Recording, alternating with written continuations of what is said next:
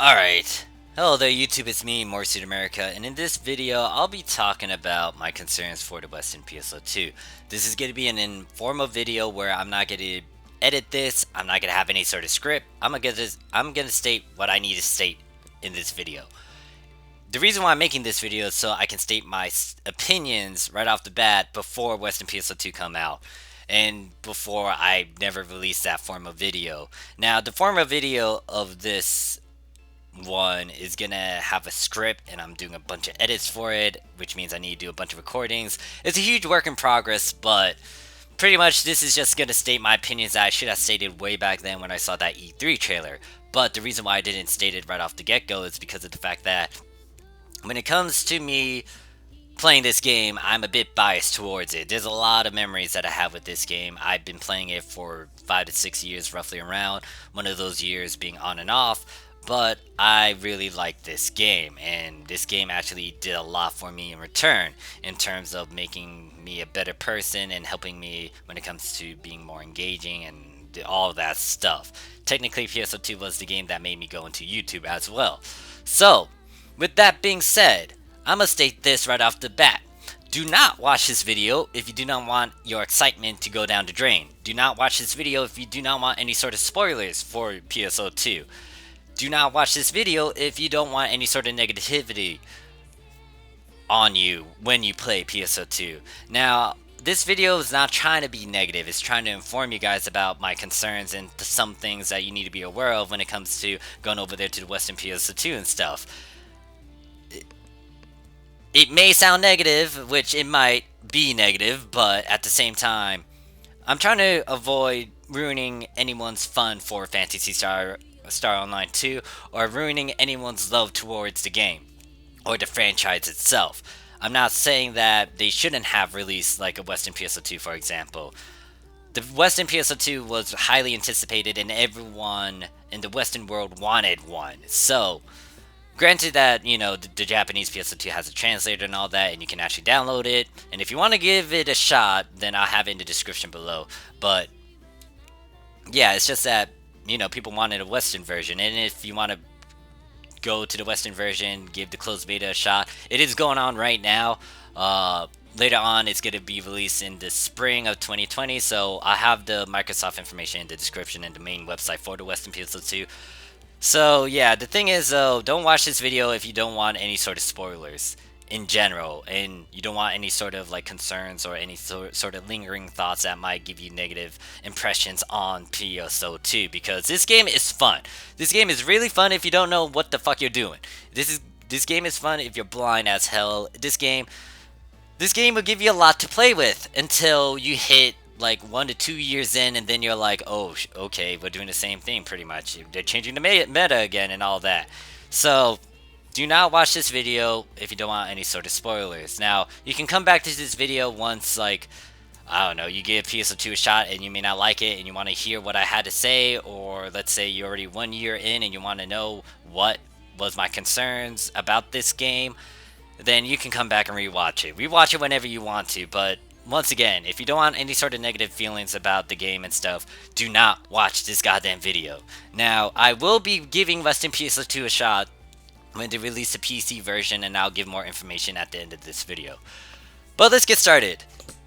My huge concern about Western PSO2 is how they get to tackle all this updated stuff. Know that Japanese PSO2 is 7 to 8 years in. And with that being said, there's a shit ton of items in game. There is 2,000 plus items in game.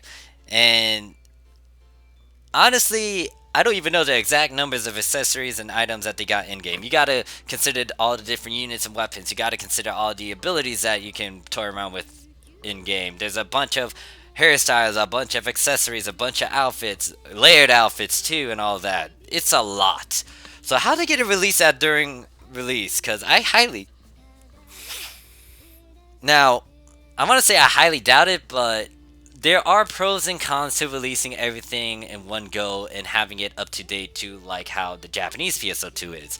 Now, it's not going to be fully up to date because there are some features in Japanese PSO2 that I know will not be over there in Western PSO2. And it's a small little feature that may not play a huge role, but honestly, one of them is actually big.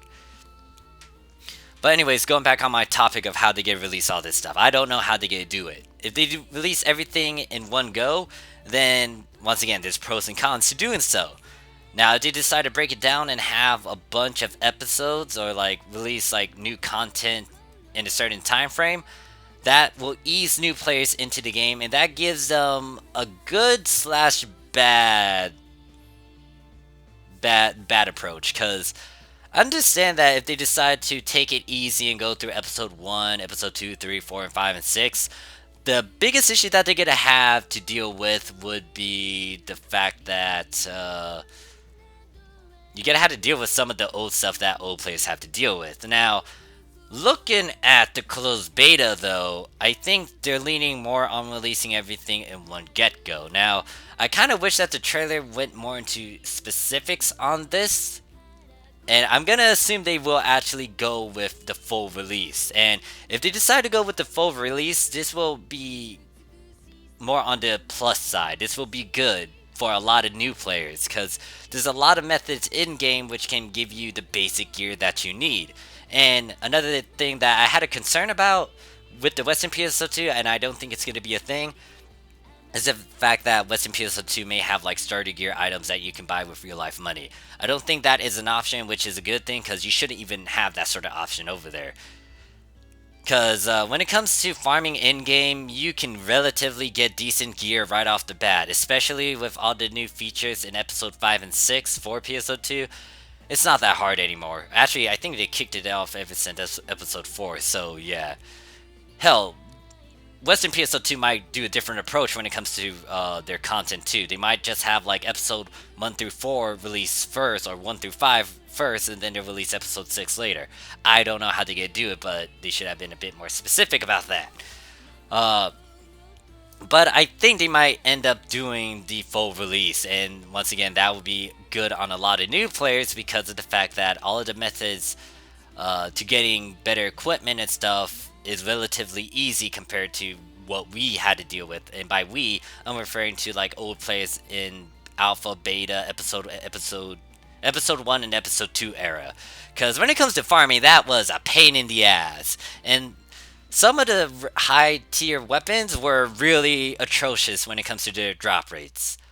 I can go more into details about this, but I'll make it for a separate video because that's more of an anecdote, more of my personal experience with the game and how I felt about certain things. So I'm going to refrain from saying that in this video. But yeah, that's one thing. Now, if they decide to release everything in one go, if they release everything that's up to date with the Japanese PSO2, my other question will be this: how would they tackle the prices? Now, understand that when it comes to prices in the Visa phone, that is controlled by us, the players of Phantasy Star Online 2. And when it comes to making money nowadays, it's relatively easy, but if you're new to the game, you're not gonna know what the hell to do, and most likely you might be fooled or scammed into something that I don't want you guys to be fooled and scammed into. Or you might have to deal with outrageously stupid prices that you won't be able to do right off the bat. Now, the thing about episode 2, especially when I was around in the Japanese PSO2, was that you could have done a lot of things with the prices that they had set. You could do a bunch of fashion stuff, but then you can also upgrade your equipment and then also deal with, what is it? And you can also save up for something else later. So you can save your money, you can spend it on fashion, then you can also spend it on gear. Nowadays, that's not the case because if you're new to the game, you either have to focus on your gear or you're going to have to focus on your fashion. Now, you could split it up in evenly, but it depends on what you're trying to get, because when it comes to the prices for most things, now, also understand that when it comes to me showing these prices, there's this different factors to this. I'm on ship 2, where most of the Western or English speaking players are at, and some of these prices are very, very, very stupid. Now, some of the other ships, they have cheaper prices, but at the same time, it just depends on the item that you're getting, because some items that are cheap over on ship 2 might be expensive over there on ship 4. So yeah, take this with a grain of salt, but I'm still concerned with how they're gonna put the prices over there in the Western PSO2.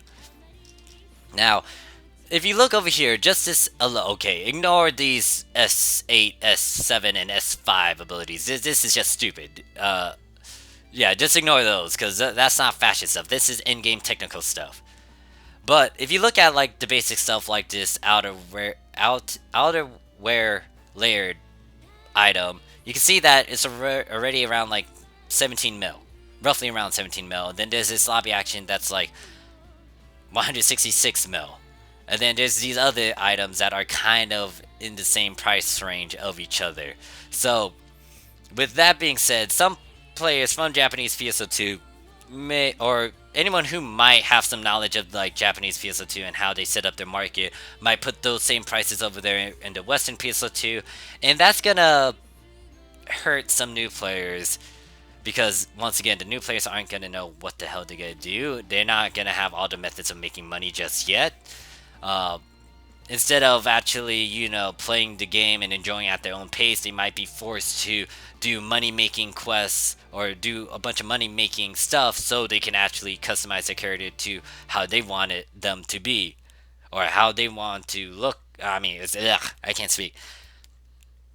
They want to focus on making their husbandos. No, they want to make their ideal husbandos slash waifus right off the bat. So that's gonna create a bit of conflict with some new players. Now, granted that if you have the patience and you can save up and you can get the needed materials later, then that's on you, and it may not be a huge issue. But that is still a concern in some way. So, since I was over there at the Visa phone, let me point something out as well. Now, earlier I mentioned the fact that I knew that some features in the Japanese PSO2 is not going to pop up in the Western PSO2. And that is going to be true. And it's going to be a fact, because I know that when it comes to the Western PSO2, they did not announce anything when it comes to Idola or PSO2 ES. Now, these are two phone app games that are related to Phantasy Star. Well, PSO2 ES is kind of like a phone version of PSO2. It's just on your phone. But there's a couple items in that game that you can sell over here on PSO2. And the only way you can get these certain abilities is through PSO2 ES. And by abilities, I mean like abilities that you can put on your weapon and gear so it can give you a certain stat.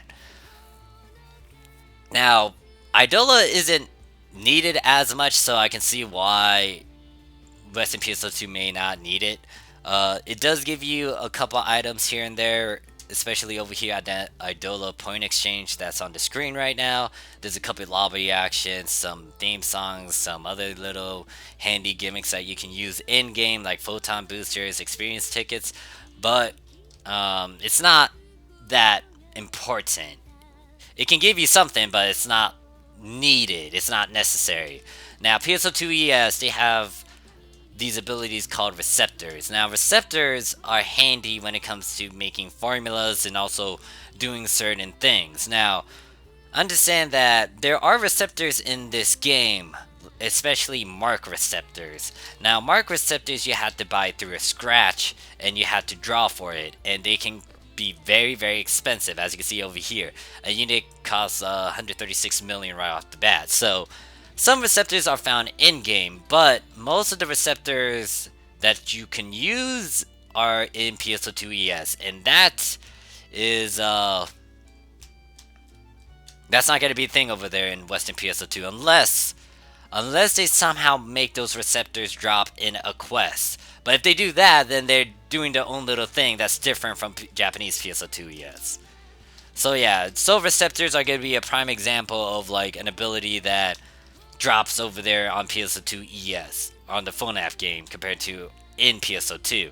And you might not think of it as important, and honestly, like, it depends on how you go about it in Japanese PSO2. But technically, these things can sell for a decent amount of meseta, which will help you when it comes to, buying your fashion items and also upgrading your own equipment. Because this is a good 1,600,000 meseta right there, roughly around. So they're not gonna have this over there in the Western PSO2 unless they make it later on.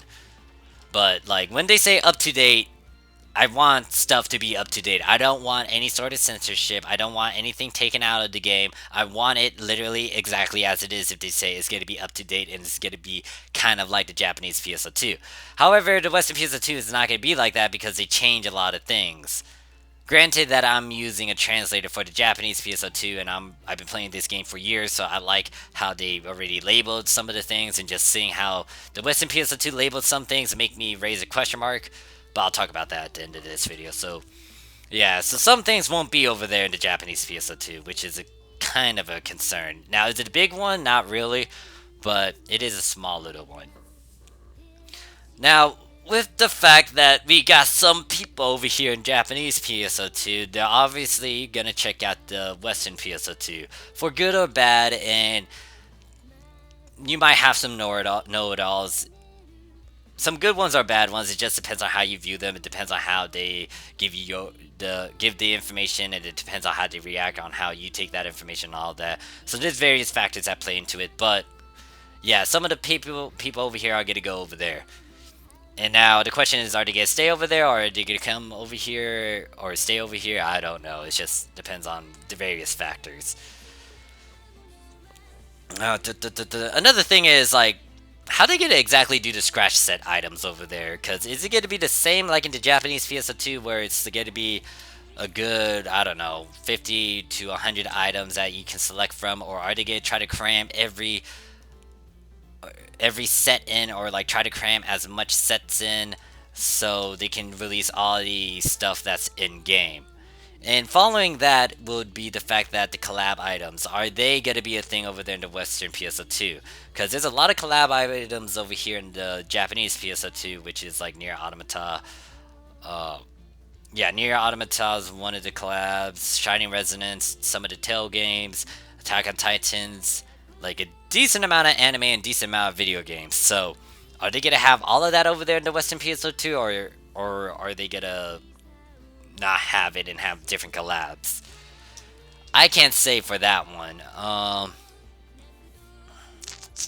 feel like it covered most of my points. But yeah, I'm just concerned on how they're gonna release stuff, and I got a feeling that they might release everything over there. Like, they're gonna release everything up to episode 6, which isn't gonna be that bad, but then again, it's gonna be bad because of the fact that you gotta have to deal with a lot of stuff you need to learn, like arc missions and how to get Miseta and all that, and some in-game stuff and how to use S abilities. There's a lot in-game already that you had to deal with, but at the very least, you're not gonna deal with the old stuff that old players had to deal with, which is like old type grinding, which is really, really bad, and I'll explain why in a later video. Old type of fixing, that was really bad too, and some other things like the run speed. The run speed was atrocious. They improved it, but in the past it was bad. We actually had to use what is it, 6- cancel type thing to actually travel across the map. And if you don't know what I'm getting at, then just look it up. You'll just type it up on like Google, and you'll see what I'm referring to. But yeah. The only one concern that I got that will sound very, very, very, very, very, very negative is the fact it's this. This is what I'm trying to figure out. Why are they releasing PSO2 in 2020 when the game is already 7 to 8 years? Now, once again, I have no issues with a Western PSO2 coming out. I understand that a lot of people are waiting or were dying for a Western PSO2. It's just that, why this late?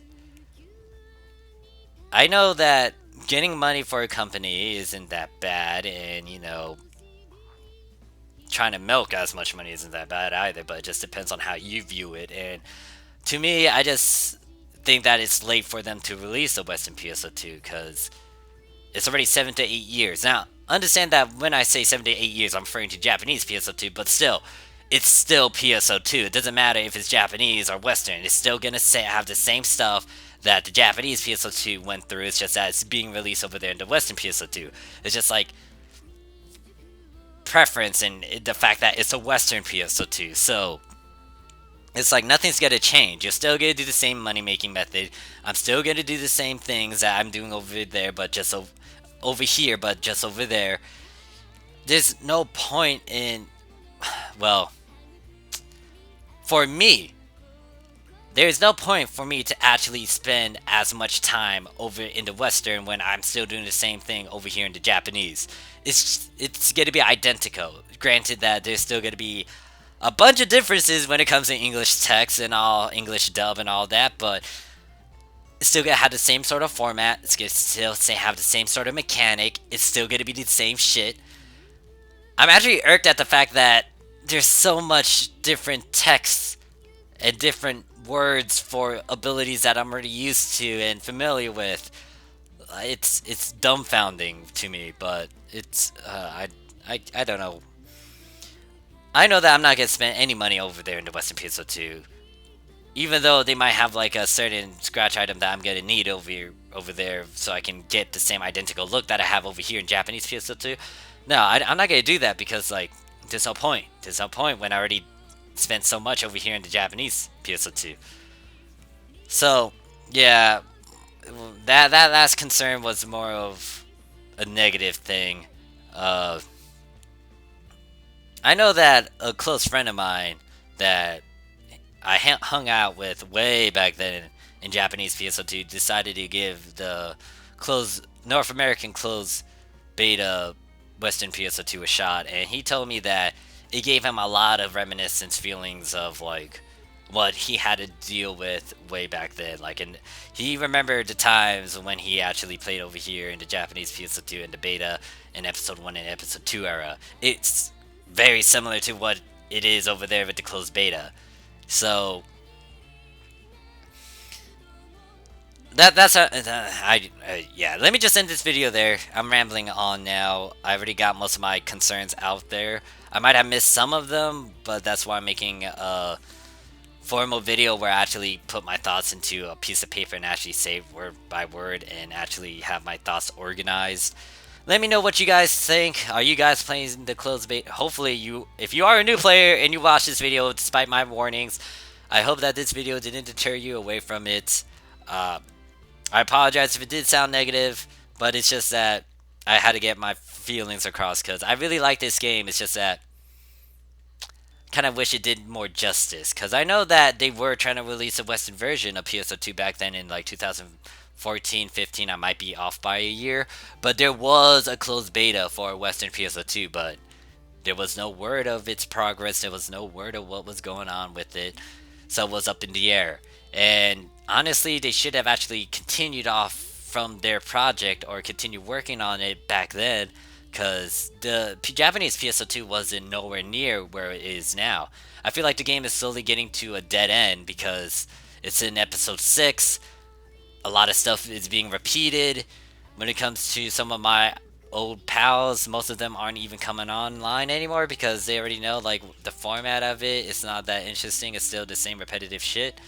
I get it, but it's yeah, it's the only reason why I'm still around is because of all the new pals I have, all of the new people I'm talking to, and just playing with some of my old pals still and doing a bunch of quests and just derping around and, you know, still doing my fascist stuff with my different characters on here.